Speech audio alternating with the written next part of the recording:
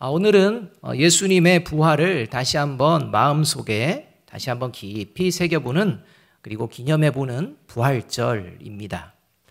예수님의 부활을 축하하는 것과 예수님의 부활을 믿는 것은 별개입니다. 예수님의 부활을 축하하는 것은 타 종교에 있는 사람들도요, 그리스도인들에게 예수님 부활 축하합니다, 이렇게 축하의 인사를 합니다. 그러나 그리스도인들은 예수님의 부활을 축하한다는 의미는 예수님의 부활을 믿는다는 의미라고 할 수 있습니다. 그런 맥락에서 여러분, 예수님의 부활을 믿으십니까? 정말 믿으십니까? 영생을 얻어 구원받은 그리스도인과 교회 공동체는 한결같이 어느 때라도 상관없이 예수님의 부활을 믿습니다. 이렇게 예수님의 부활을 믿으며 살아가는 그리스도인의 신앙생활을 그래서 부활신앙이라고 이야기도 합니다.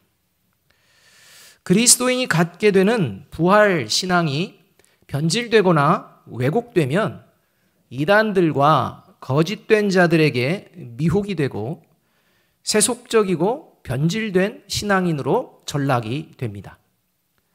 따라서 부활신앙이 변질되거나 왜곡되지 않기 위해서 예수님의 부활을 믿는 그리스도인이라면 이 부활과 관련되어서 반드시 잊지 않고 기억해야 할 세 가지가 있습니다.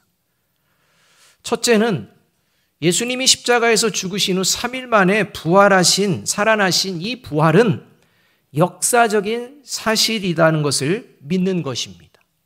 그냥 누구의 얘기가 아니라 이건 실제 역사에서 일어난 사건이다 라는 것을 믿는 것이 바른 부활신앙이라는 것입니다.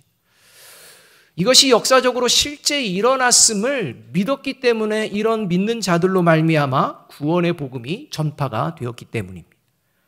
그래서 고린도전서 15장 3절에서 6절에서는 이렇게 말씀합니다. 내가 받은 것을 먼저 너희에게 전하였노니 이는 성경대로 그리스도께서 우리 죄를 위하여 죽으시고 장사 지낸 바 되셨다가 성경대로 사흘 만에 다시 살아나사 게바에게 보이시고 후에 12 제자에게와 그 후에 500여 형제에게 일시에 보이셨나니 그 중에 지금까지 대다수는 살아있고 어떤 사람은 잠들었으며. 실제 예수님의 부활이 일어났음을 역사적인 사건을 믿었기 때문에 복음을 증거했다라는 것입니다.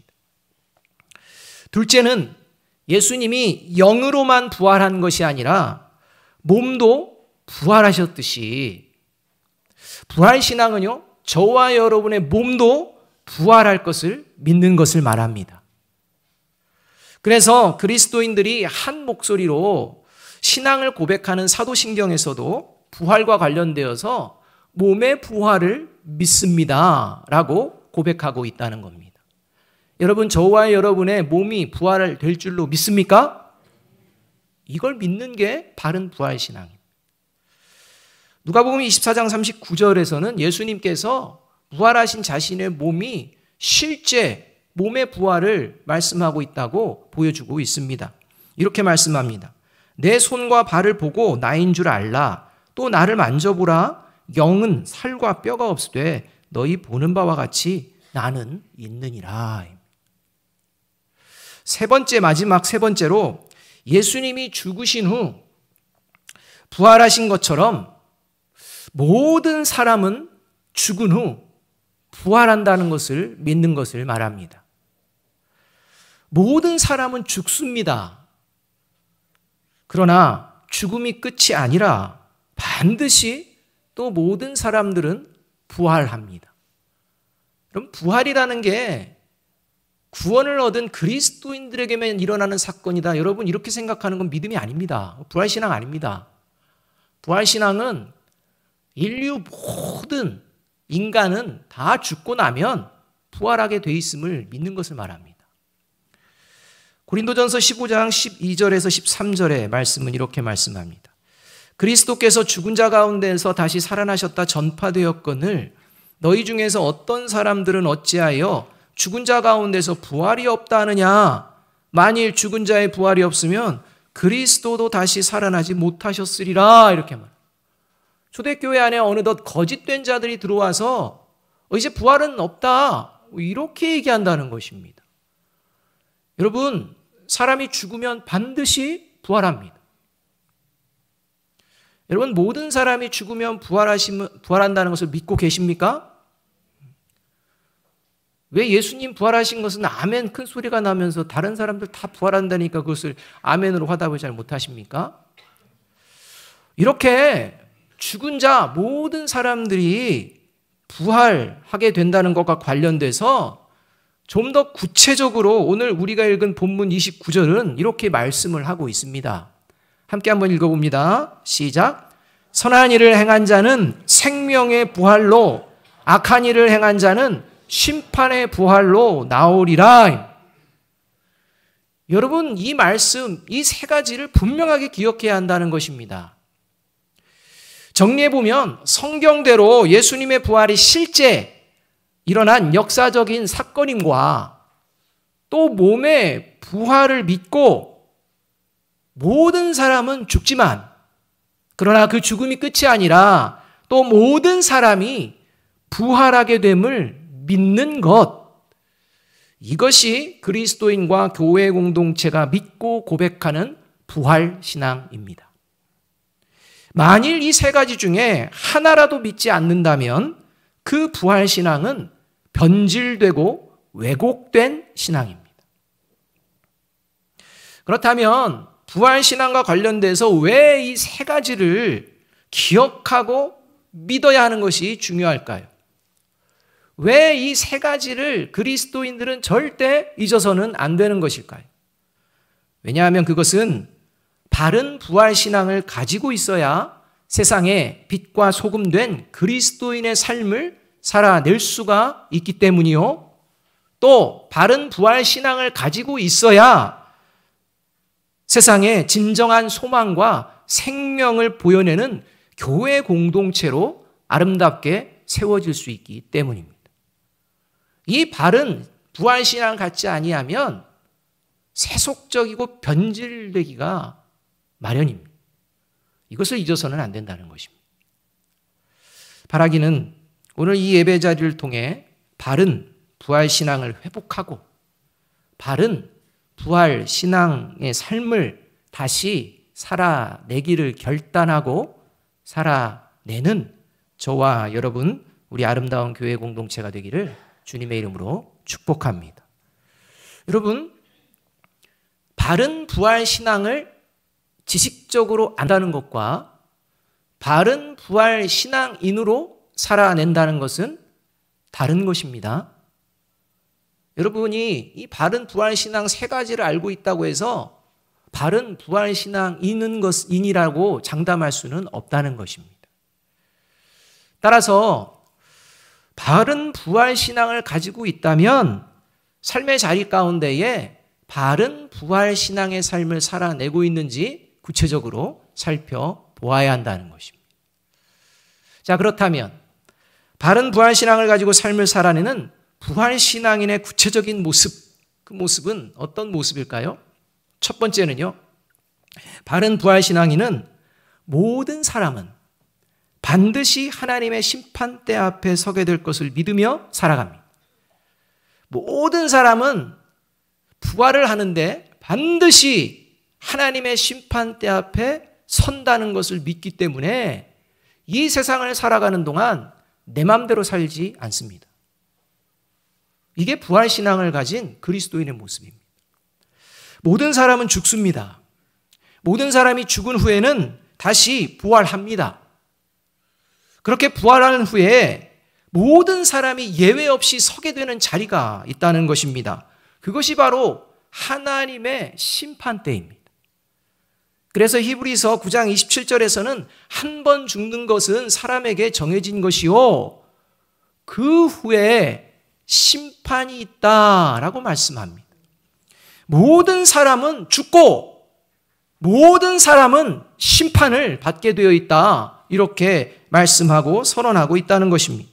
그리고 모든 사람이 최종 심판을 받는 그 심판의 자리와 관련해서 고린도후서 5장 10절은 이렇게 말씀합니다. 고린도후서 5장 10절 말씀 함께 한번 읽어봅니다. 시작. 이는 우리가 다 반드시 그리스도의 심판대 앞에 나타나게 되어 각각 선악간에 그 몸으로 행한 것을 따라 받으려 함이라. 이렇게 말씀하는 겁니다.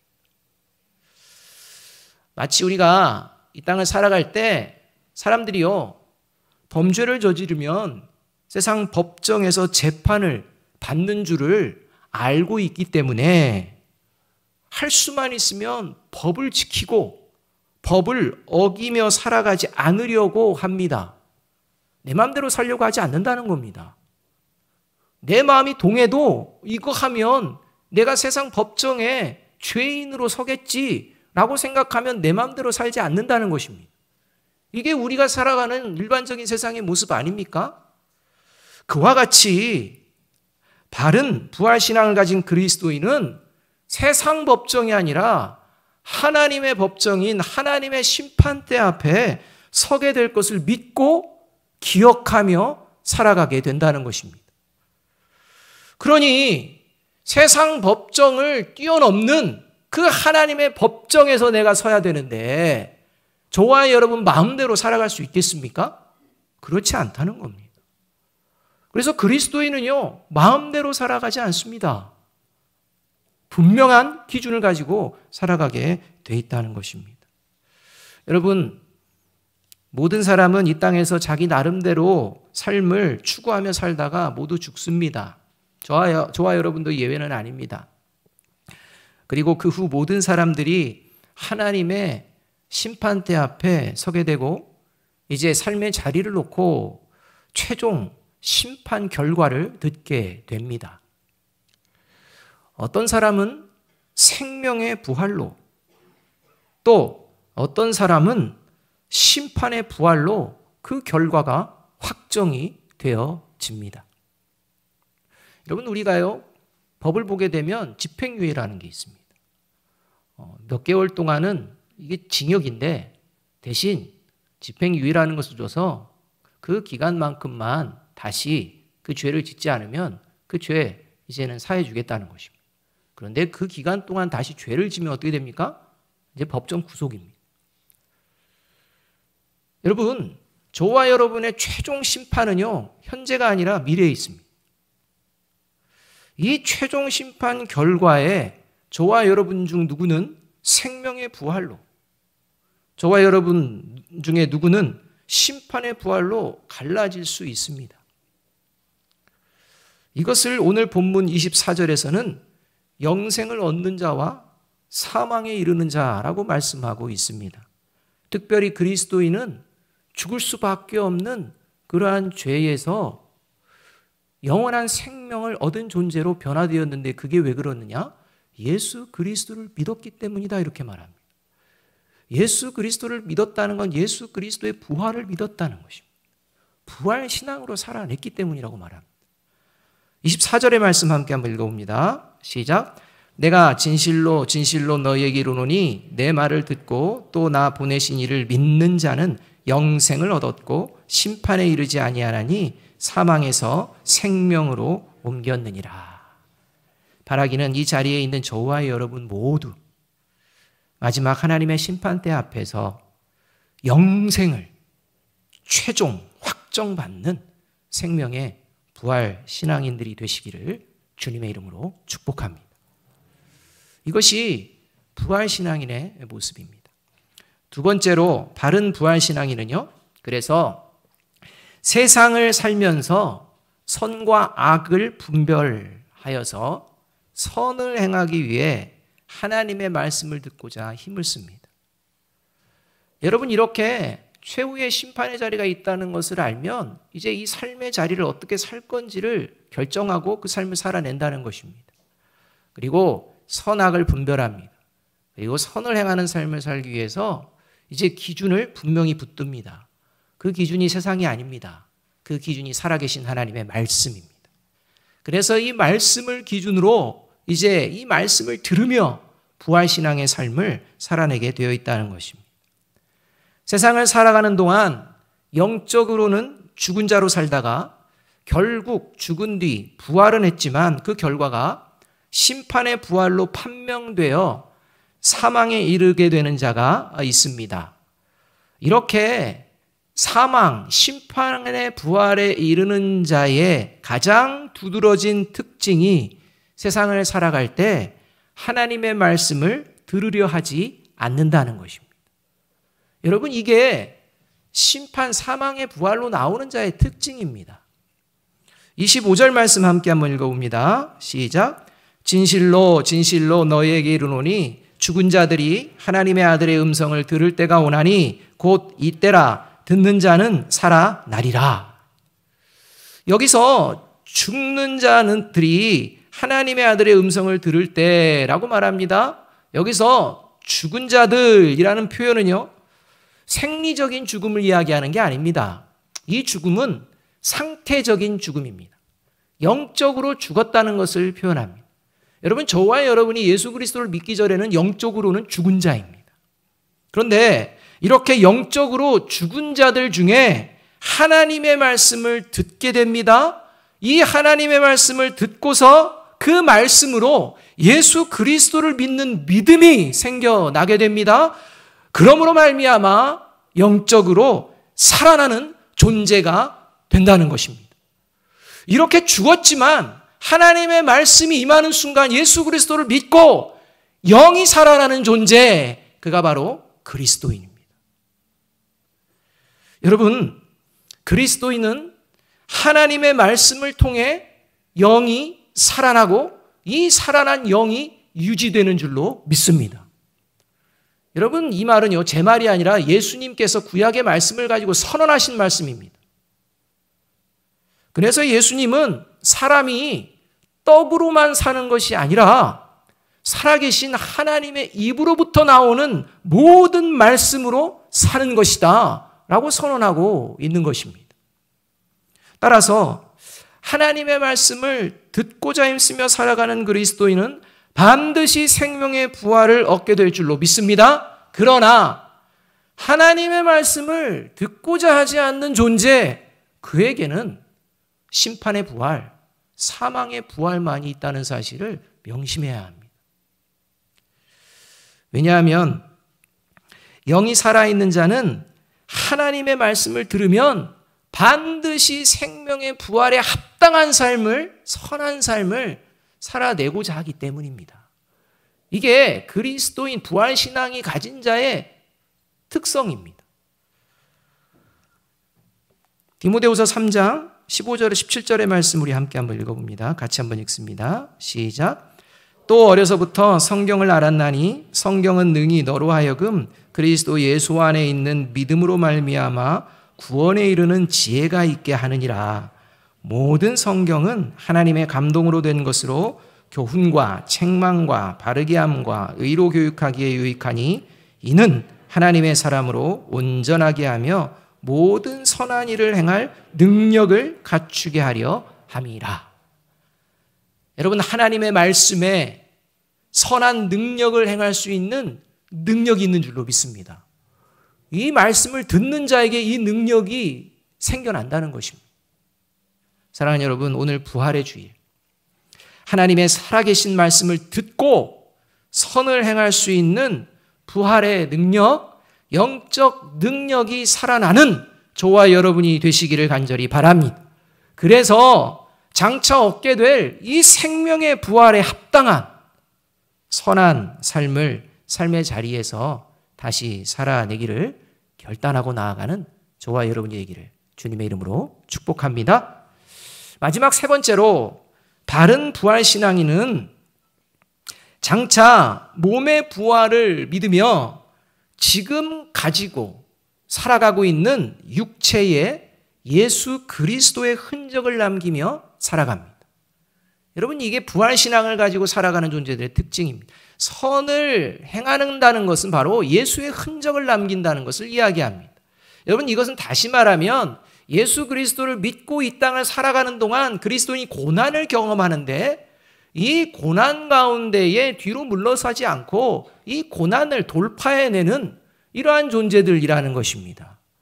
그래서 그 고난의 과정 가운데에, 통과하는 과정 가운데에 하나님의 사람됨의 증거들이 이제는 새겨지게 된다는 것입니다. 여러분, 이게 부활신앙을 가지고 살아가는 그리스도인의 모습입니다. 28절 29절의 말씀을 함께 한번 읽어보겠습니다. 시작. 이를 놀랍게 여기지 말라. 무덤 속에 있는 자가 다 그의 음성을 들을 때가 오나니 선한 일을 행한 자는 생명의 부활로, 악한 일을 행한 자는 심판의 부활로 나오리라. 25절에서는 죽은 자가 하나님의 음성을 들을 때가 있는데 이때라, 이제 들으면 살아난다라고 했을 때 그 죽은 자는요, 상태적인 죽음을 말한다면 오늘 무덤 속에 있는 자라는 말은 생리학적으로 죽은 것을 말합니다. 모든 사람이 죽는, 그래서 이제 장사되어지는 이러한 것을 이야기합니다. 여러분, 사람이 죽어서 묻히게 되면 그 몸은 다 어떻게 됩니까? 썩어버립니다. 그 몸 남아 있습니까? 없습니까? 없습니다. 흔적도 없이 사라집니다. 이게 우리가 가지고 있는 몸입니다. 그러나 마지막 부활의 때는 새로운 몸을 가지고 부활하게 됩니다. 이게 몸의 부활을 믿는 그리스도인들의 모습이라는 것입니다. 그런데 흔적도 없이 사라진 우리의 육체, 이 육체 말고 부활 때에 생겨나는 새로운 몸, 얻게 되는 몸은 어떤 몸인지 정확하게 알 수는 없습니다. 다만 생명의 부활로 나와 영생을 얻는 그리스도인의 새로운 몸, 이 새로운 몸을 고린도전서 15장에서는 영광스럽고 강하고 신령한 몸이다, 이렇게 말씀합니다. 뭐 어떤 모습인지가 중요한 게 아니라 아주 특징을 얘기합니다.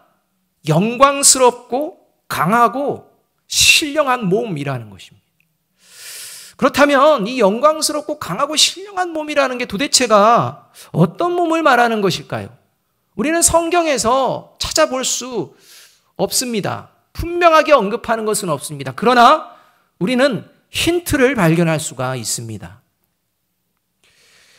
이것에 대한 힌트를 누가 주셨느냐? 예수님이 부활하신 뒤에 보여주셨습니다. 예수님이 부활하신 뒤에, 이제 십자가에서 죽으시고 부활하신 뒤에 예수님은 제자들을 찾아오십니다. 그리고 제자들에게 예수님은요, 부활하신 자신의 몸을 보여주십니다. 그런데 이렇게 보여주실 때, 자, 머리부터 발끝까지 자, 이렇게 봤지? 이렇게 하지 않으십니다. 보여주시는 것이 있습니다. 누가복음 24장 40절에서는 뭘 보여주셨다고 기록하느냐? 손과 발을 보여주셨다, 이렇게 기록합니다. 요한복음 20장 20절에서는 손과 옆구리를 보여주셨다, 이렇게 나옵니다. 여러분, 왜 예수님은 뭐 다른 게 아니라 손과 발과 옆구리를 보여주시는 것입니까? 왜냐하면 그 손과 발, 그리고 옆구리에 십자가에 달리셔서 죽으실 때 생겨난 못자국과 창에 찔린 자국이 선명하게 남아있기 때문입니다. 여러분, 흉터입니다. 그냥 우리가 말한다면. 여러분, 흉터는 아름답습니까? 좀 아름답지 않습니까? 아름답지 않죠. 흉터가 아름다운 경우는 없습니다. 보기에 흉합니다. 그래서 흉터라고 그렇게 부르는 거 아닐까요? 그래서 우리는 뭐 어디 좀 흉터 있으면 그거 없애려고 합니다. 또 더 나아가서는 흉터도 없지만 조금 보기 조금 그렇다 하면 막 바꾸려고 합니다. 여러분, 저와 여러분이 아무리 몸을 바꾸고 뭐 엄청나게 뭐 치장을 하고 어떻게 만들든지 죽으면 어떻게 됩니까? 다 썩습니다. 아무것도 아닙니다. 그리스도인들이 그런 육체에 힘을 쓰면 그건 아닙니다. 힘써야 될 게 있다는 것입니다. 흉터는 아름답지 않습니다. 그러나 여러분, 예수님의 보여주신 손과 발, 옆구리에 난 흉터는 하나님이 보시기, 그리고 예수 그리스도를 믿는 그리스도인들에게는 흉터가 아니라 영광의 흔적이요, 생명의 흔적이요, 그 세상 어떤 것보다도 가장 아름다운 흔적입니다.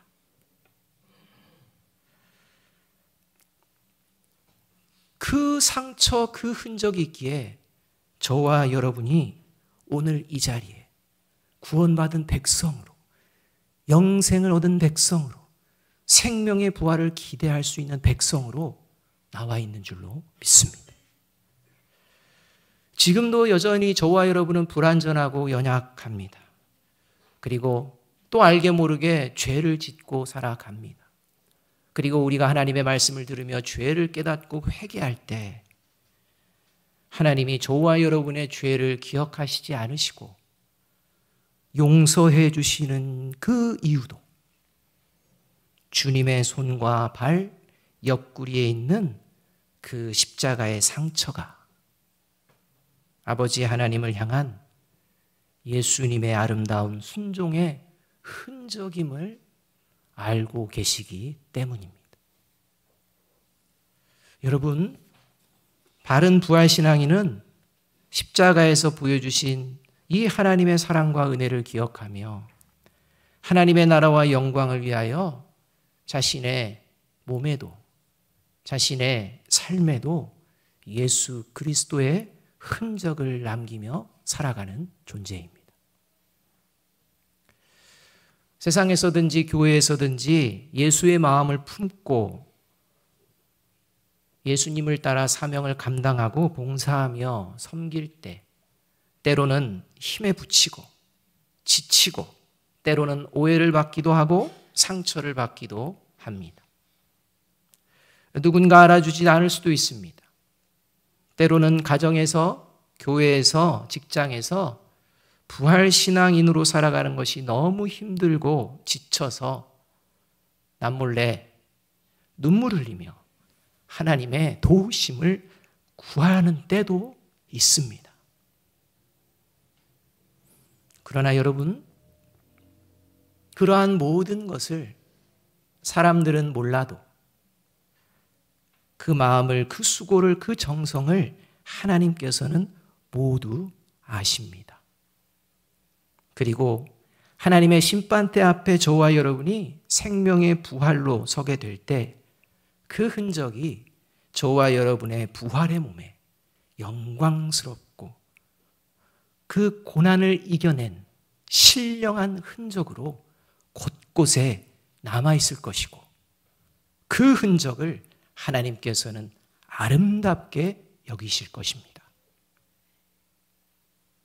이것을 알기에 사도 바울은 갈라디아 6장 17절에서 내가 내 몸에 예수의 흔적을 지니고 있노라 라고 선언합니다. 그리고 골로새서 1장 24절에서는 이렇게 나는 살아가겠노라, 끊임없이 나아가겠노라 선언합니다. 같이 한번 읽어봅니다. 시작. 나는 이제 너희를 위하여 받는 괴로움을 기뻐하고 그리스도의 남은 고난을 그의 몸된 교회를 위하여 내 육체에 채우노라. 여러분, 사도 바울은 예수 그리스도의 부활을 믿는 순간 하나님의 교회를 위하여 받게 되는 모든 영광의 흔적들을 채우기 시작했습니다. 그리고 교회 공동체뿐만이 아니라 자신이 움직이는 성전으로, 움직이는 교회로 어디를 가든지 예수 그리스도의 흔적을 남기고자 그 믿음의 걸음을 걸어내었습니다. 계시록 19장을 보게 되면 마지막 때에 어린 양의 혼인잔치에 참여하는 신부와 관련된 모습이 기록됩니다. 이 어린 양의 잔치에 참여하는 신부는 새 예루살렘 성입니다. 그런데 이 새 예루살렘 성에 세마포 옷을 입혀졌다라고 말합니다. 그리고 이 새 예루살렘 성으로 초대되어지는 사람들, 그 사람들이 구원받은 존재들인데 이 구원받은 존재들이 들어가는 이 신부된 예루살렘 성이 세마포 옷을 입고 있는데 그 세마포 옷이 어떤 것으로 만들어졌느냐? 성도들의 옳은 행실이다, 이렇게 얘기합니다. 계시록 19장 8절의 말씀 함께 한번 읽어보겠습니다. 시작. 그에게 빛나고 깨끗한 세마포 옷을 입도록 허락하셨으니 이 세마포 옷은 성도들의 옳은 행실이로다 하더라. 여러분, 세마포 옷 그냥 깨끗하고 이런 옷이 아니라 그 세마포 옷의 곳곳에 수놓아져 있고 새겨져 있는 게 뭐냐? 성도들의 옳은 행실, 성도들의 흔적, 예수 그리스도를 따르는 발자취, 이 흔적이라고 말씀하고 있다는 것입니다. 사랑하는 여러분, 오늘은 부활절입니다. 그리고 주님의 몸과 보혈에 참여하는 성찬식이 있습니다. 사망과 권세를 이기시고 부활하신 주님의 영이 저와 여러분의 영을 살리신 줄로 믿습니다. 이제 이 부활하신 주님과 함께 세상을 향해 예수의 흔적을 온 몸에 채우기를 결단하며 생명의 부활을 얻게 될 부활 신앙인의 삶을 다시 걸어내시는, 시작하시는 저와 여러분이 되어지기를 주님의 이름으로 축복합니다. 우리 마지막으로 다시 한번 요한복음 5장 29절 말씀 함께 한번 읽어봅니다. 시작. 선한 일을 행한 자는 생명의 부활로, 악한 일을 행한 자는 심판의 부활로 나오리라. 기도하겠습니다.